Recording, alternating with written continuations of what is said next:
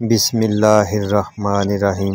اللہم صلی علی سیدنا و مولانا محمد وعلی آلہ و اصحابہ و بارک وسلم۔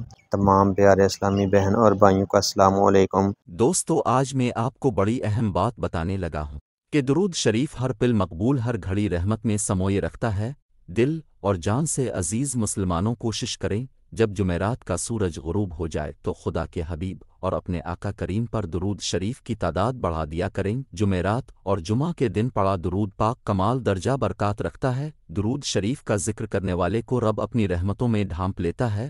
یہ ذکر خدا کو بڑا پسند ہے اور نبی کریم کے نزدیک سے نزدیک ترین ہونے اور قربت پانے کا ذریعہ ہے۔ نبی کریم کا فرمان ہے، جب جمعرات کا دن آتا تو خدا فرشتوں کو بھیجتا ہے جن کے پاس چاندی کے کاغذ اور سونے کے قلم ہوتے ہیں۔ وہ لکھتے ہیں کون جمعرات کے دن اور جمعہ کی رات مجھ پر کثرت سے درود پاک پڑھتا